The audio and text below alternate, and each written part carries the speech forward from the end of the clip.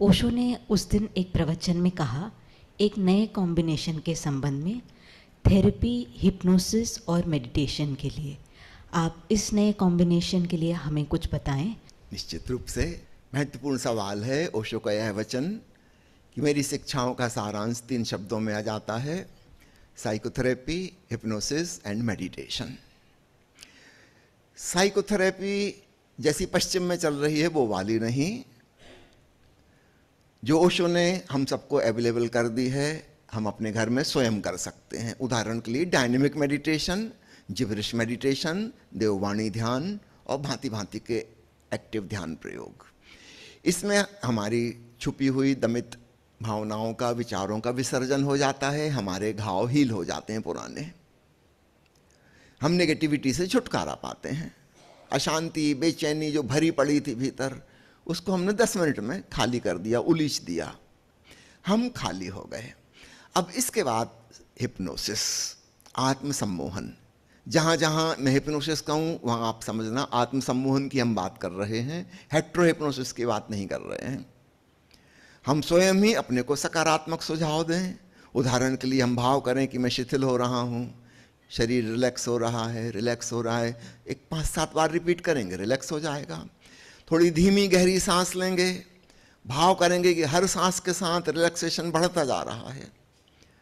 बेहतर हो छूटती सांस को मुंह खोल के छोड़ें, लें हमेशा नाक से, आराम से धीरे से लें, धीरे से छोड़ें। भाव करें सांस और धीमी हो रही है, और धीमी हो रही है, और मैं विश्रामपूर्ण शांत होता जा रहा हूँ। फिर भाव करें मन शांत हो रहा है, मन शांत हो रहा है, अर्थात चेतन मन, जो बीच का चौथी लेयर, वो शांत हो रहा है, शांत हो रहा है, शांत हो रहा है। अब यहां से हम हिप्नोटिक ट्रांस में जा सकते हैं अथवा मेडिटेशन में जा सकते हैं। यहां से 2 रास्ते हैं। तो सामान्यतः हिप्नोटिस्ट जो हैं वो हमें योग निद्रा में ले जाएंगे, उसका अपना उपयोग है। संसार में सफलता पाने के लिए हम सकारात्मक धारणाएं वहां कर सकते हैं, आप खुद कर सकते हैं, है ना। दूसरी चीज, हम यहां से मेडिटेशन की तरफ भी जा सकते हैं। हमारी चौथी मंजिल अभी चुप है, हम सबकॉन्शियस में भी जा सकते हैं, सीढ़ी तो वही है, ऊपर की तरफ भी जा सकते हैं, सुपर कॉन्शियसनेस में। हम दोनों का भी उपयोग कर सकते हैं। थोड़ी देर के लिए हम सबकॉन्शियस में जाएं, वहां पॉजिटिव अफर्मेशंस अपने भीतर डालें, 10 मिनट बाद वहाँ से लौट के आएँ, या आप पहले से तय कर सकते हैं कि 10 मिनट बाद मैं लौट आऊँगा, अपने आप वो हो जाएगा। वरना आप अलार्म भी भर सकते हैं। आप अपनी ही आवाज़ में मोबाइल में अपने सजेशन रिकॉर्ड कर लीजिए, फिर वो भी चिंता नहीं, वो मोबाइल ऑन कर दिए, उसमें वो सजेशन है विथ म्यूज़िक, वो और ज़्यादा रिलैक्सिंग हो जाएगा। 10 मिनट में वहाँ से लौट के आके अब भाव करें आप ऊपर की ओर जा रहे हैं, सुपर कॉन्शियस, ज़्यादा से ज़्यादा सजग होते जा रहे हैं। तो पहले एक योग निद्रा वाली अवस्था में पहुंच गए, उसका उपयोग कर लिया, फिर अत्यंत जागरूक हो गए, विटनेसिंग कॉन्शियसनेस में पहुंच गए, दोनों का उपयोग कर लिया। So simple. मेडिटेशन में पहुंच गए। तो इन तीनों चीज़ों का जोड़, याद रखिए, अगर हम रिलैक्सेशन नहीं कर पाए तो हम अवेयरनेस में नहीं जा पाएंगे। जो लोग सीधा सीधा ध्यान साधने की कोशिश करते हैं कि हम होशपूर्ण हो जाएं, दृष्टा बन जाएं, साक्षी बन जाएं, अगर उनके दिमाग में टेंशन है, तनाव है, वो नहीं हो पाएंगे, क्योंकि रिलैक्सेशन उसकी पहली शर्त है। तो रिलैक्सेशन को हम सेल्फ हिप्नोसिस से प्राप्त कर सकते हैं। महर्षि पतंजलि ने भी अपने अध्यात्म के योग मार्ग के 8 अंगों में से 3 को कहा है अंतरंग। उसमें धारणा, ध्यान, समाधि आती है। धारणा का मतलब है यही अफर्मेशन, हम खुद ही अपने आप को सुझाव दे रहे हैं, मेरा चित्त शांत हो रहा है, शांत हो रहा है, शांत हो रहा है, मैं अपने भीतर के ब्रह्म स्वभाव को जान सकूंगा, जान सकूंगा, जान सकूंगा, ये हो जाएगा। तो धारणा का मतलब आज हम जिसको सेल्फ हिप्नोसिस कह रहे हैं, ठीक वही मतलब पतंजलि का है, एक पॉजिटिव अफर्मेशन स्वयं के लिए। फिर हम ध्यान में जा सकते हैं। तो वहाँ से हम हिप्नोसिस में भी जा सकते हैं, ध्यान में भी जा सकते हैं। सबसे अच्छा होगा सुबह जब आप प्रयोग करें तो ध्यान का कीजिए, रात में सोते समय योग निद्रा का प्रयोग कीजिए। माँ अमृत प्रिया की आवाज़ में योग निद्रा यूट्यूब पर उपलब्ध है, आप उसको डाउनलोड कर सकते हैं। तो म्यूजिक से 24 घंटे के सजेशन है उसमें, उसको करते करते आप सो जाइए। और जो आपकी अफर्मेशन मुख्य बात थी, याद रखना यहाँ हमने अलग अलग सेशन में अलग अलग चीज़ें की हैं, जरूरी नहीं कि सारी बातें आपके लिए लागू हों, हो सकता है उसमें कोई एक बात या दो बातें आपके लिए काम की हों, तो आप केवल उन्हीं को रिपीट करते हुए योग निद्रा का वो सुनते हुए और अपने भीतर भीतर वो एक या दो बात, एक हो तो और भी अच्छा, एक ही हो, ताकि वो खूब गहरे में घुस सके और आप सो जाइए। वो आपके सबकॉन्शियस में खूब गहरे चले जाएगी। सच पूछो तो रात सोते सोते जो हमारा विचार या संकल्प होता है वो पूरी रात फैल जाता है, 6-8 घंटे वही चीज़ चलती रहेगी। आप उसी प्रकार के सपने हो सकता है नींद में देखें, उसी से संबंधित, तब इसका जादुई असर शुरू हो जाएगा। तो रात के समय योग निद्रा सुनते हुए अपना एक अफर्मेशन एक बार में एक ही करिए, 3 महीने तक केवल उसी को करिए, फिर आपको बदलना है तो 3 महीने बाद चेंज करना है। एक बार में एक, ताकि खूब गहरे घुस जाए। उसको दिन में 8-10 बार आप रिपीट करिए, जब याद आ गई तभी मन ही मन उसको कम से कम 10 बार दोहराया, और ऐसा कम से कम दिन में 3-4 बार हो। कोई 2 मिनट लगेंगे बस, इससे ज़्यादा नहीं। काम धाम करते हो, किसी को क्या पता, आप अपने मन में अगर शांत एकांत में बैठने का मौका मिल जाता तो बहुत अच्छा, नहीं तो कोई बात नहीं, खुली आंख भी कर सकते हैं, ताकि किसी को ना लगे कि आप कुछ अजीब हरकत कर रहे हैं। भीतर ही भीतर 10 बार उस एक अफर्मेशन को दोहराइए। इस प्रकार तो ओशो ने कहा ये 3 चीज़ें बहुत महत्वपूर्ण हैं। और कुछ लोग ऐसी हालत में हैं, उनकी मनस्थिति इतनी गड़बड़ हो गई है कि वो रिलैक्स भी नहीं हो पाते, तो उनके लिए फर्स्ट स्टेप साइकोथेरेपी है। पहले अपने भीतर जो कचरा कूड़ा भरा है उससे मुक्ति पाएं, और उसके लिए ओशो ने इतनी सरल सरल विधियां बनाई हैं, आप उनका उपयोग करें, आप पाएंगे महीना 15 दिन में सब खाली हो गए। इसलिए स्टेप बाइस, है ना। अगर आपको लगता है कि आप सीधे रिलैक्स हो सकते हैं तो उसको आप बाईपास कर सकते हैं, पहली वाली चीज़ को, है ना, सीधे वहाँ से शुरू कर दीजिए। एक बार ओशो ने पूछा, जब वो स्वयं ध्यान शिविर लेते थे, कि आप जो प्रयोग करा रहे हैं तो सम्मोहन जैसा लग रहा है। ओशो ने कहा हाँ, शुरुआत के 3 चरण सम्मोहन के चरण हैं, चौथा चरण अलग है। उस समय ओशो जो प्रयोग कराते थे उसका पहला चरण था भाव करो कि शरीर शिथिल हो रहा है, दूसरा चरण था भाव करो कि सांस धीमी हो रही है, सांस धीमी हो रही है, ओशो रिपीट करते जाते थे, और तीसरा चरण था कि मन शांत हो रहा है, मन शांत हो रहा है, मन शांत हो रहा है। ओशो का ये तो हिप्नोटिक सजेशन है। इसके बाद चौथा वाला जो मैं करवा रहा हूं वहां से टर्निंग पॉइंट है मेडिटेशन की तरफ। इन 3 ने भूमिका बना दी, अब तुम साक्षी हो सकते हो, अब तुम अपने परम चैतन्य में स्थित हो सकते हो।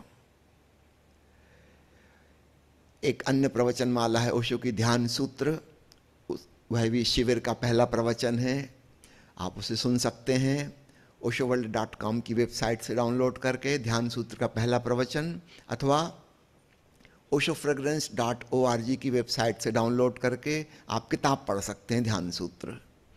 उसका जो आखिरी हिस्सा है मैं आपको संक्षेप में बताता हूं, और हम उसका यहाँ प्रयोग भी करेंगे। अभी ओशो कह रहे हैं किसी चीज को अपने भीतर बिठाने के लिए अचेतन में एक बड़ी छोटी सी ट्रिक सब लोग उपयोग कर सकते हैं, और वो ट्रिक ये है कि आप आराम से धीमी गहरी सांस लीजिए, आंख बंद कर लीजिए, फिर पूरी हवा बाहर छोड़ दीजिए, मैक्सिमम जितनी छोड़ सकें, सीना पिचक जाए, पेट पिचक जाए, हवा बिल्कुल भीतर ना बचे, और तब आप बहिर्कुंभक लगा लीजिए, सांस को रोक लीजिए, यथासंभव जितनी देर तक रोक सकें, अपनी तरफ से नहीं लेना है।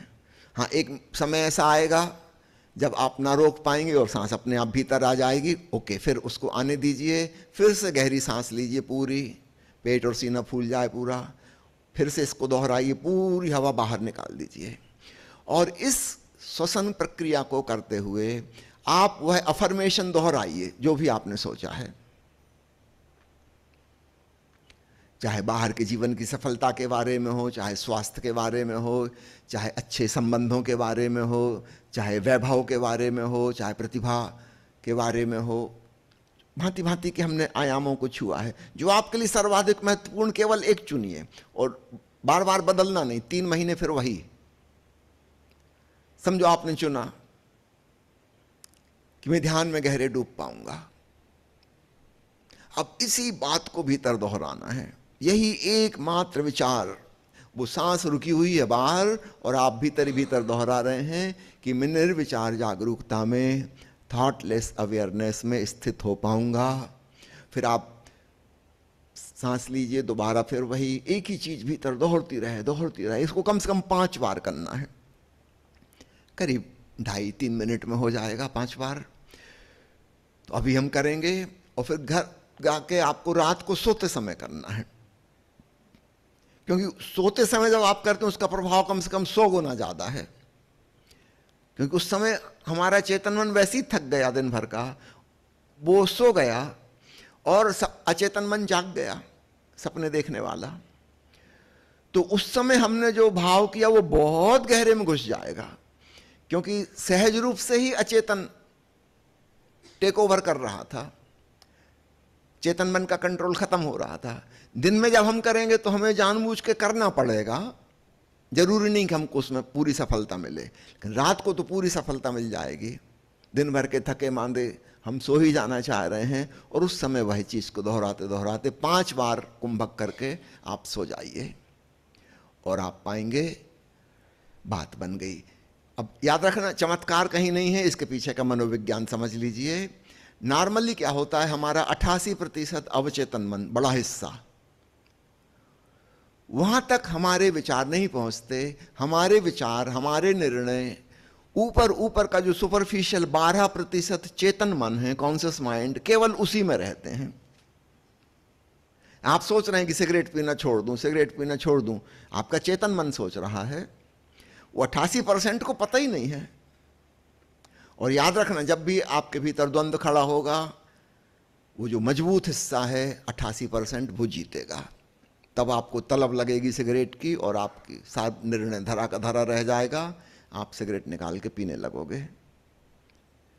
फिर आप आत्मग्लानि से भर जाओगे, सेल्फ रिस्पेक्ट खो जाएगा, अरे मैं 2 दिन भी नहीं कर पाया, अब और गया। अब आपका चेतन मन भी ढीला पड़ गया, उसको पता कि अपने में कोई ताकत नहीं है। पता नहीं कौन सा भूत सवार हो जाता है, मैं सिगरेट पीने लगता हूं। कोई भूत नहीं है, आपका चेतन मन है, वो बहुत मजबूत और बड़ा है, और वहां तक ये खबर पहुंची नहीं है अभी। तो वहां तक खबर पहुंचाने का उपाय है जब हमने पूरी सांस बाहर छोड़कर रोक ली। अब अचेतन अचेतन नहीं रह सकता, एक इमरजेंसी सिचुएशन है, जीवन मृत्यु का सवाल है, अब मरे कि तब मरे, रोया रोया जाग जाएगा। तो आपका चेतन मन, अवचेतन मन सब सजग हो गए कि ये क्या कर रहा है, मर जाओगे।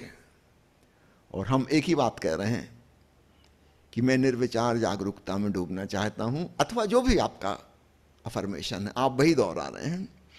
अब यह खबर पूरे अवचेतन मन में पहुंच गई। Now you will get support from all the nooks and corners of your mind। आपके भीतर कोई विरोधी तत्व नहीं बचा। पहले विरोधी तत्व मौजूद ही था। जब आप अलार्म भर रहे थे कि सुबह 5 बजे उठेंगे, कल व्यायाम करना है, कि तैराकी पे जाना है, कि योगाभ्यास करना है, उसी समय आपको पता नहीं था, आपका अवचेतन मन हंस रहा था, कह रहा था कहाँ 5 बजे उठोगे, आपने अलार्म तो भर दिया। अब चेतन मन तो सो गया। जब अलार्म बजा उस समय आप अवचेतन मन के कब्जे में थे, सपने देख रहे थे, उसने बता दिया सपना देखो, हाँ मंदिर की घंटियां बज रही, कितनी मधुर, और अलार्म बेकार हो गया। सपना आ गया, घंटियां बज रही मंदिर में, आप मगन होकर कीर्तन कर रहे हैं, थोड़ी देर में अलार्म बंद हो गया, नींद बरकरार है। फिर आप सुबह उठ के पछताते हो कि क्या हो गया, मैं उठा कैसे नहीं, मैंने निर्णय किया था। आपके एक छोटे से हिस्से ने निर्णय किया था, वह निर्णय आपके बड़े हिस्से को पता ही नहीं था। इसलिए आपके भीतर अंतर्द्वंद है, सारे कन्फ्यूजन की जड़ वहाँ है। लोग कहते हैं ना मैं ये करूँ कि वो करूँ, मैं इधर जाऊँ या उधर जाऊँ, बड़ी मुश्किल में हूँ, मैं किधर जाऊँ। वो आपके भीतर ही द्वंद्व है। इस द्वंद्व को कैसे मिटाएं? निर्द्वंद होने की तरकीब है, ये 5 बार आपने प्रयोग किया सांस का, एक ही बात आपके पूरे अचेतन में गूंज गई। Now you have a integrated decision. सामान्य हमारी स्थिति ऐसी है जैसी वो मिली जुली सरकार की होती ना, गठबंधन वाली, सब विरोधी बैठे हुए हैं, विपक्ष सामने बैठा हुआ है, आप कुछ निर्णय कर ही नहीं सकते। आप जो बोलो हंगामा खड़ा, कोई कुछ होने ही नहीं देगा। जब आप एक इंटीग्रेटेड पर्सनालिटी बनते हो, निर्द्वंद चेतना, चेतन अवचेतन में कोई विरोध नहीं है, नो इनर कॉन्फ्लिक्ट, कोई भीतरी युद्ध नहीं चल रहा, तब आपका निर्णय पूरा हो सकता है। आपने तय किया 5 बजे उठना है, 99% चांस है अलार्म बजने के 5-10 सेकंड पहले आपकी नींद खुल जाएगी। अलार्म की कोई जरूरत ही नहीं पड़ेगी, आप पहले ही बंद कर दोगे, क्योंकि निर्णय पूरे व्यक्तित्व से लिया गया था, कोई विरोधी तत्व वहां नहीं था।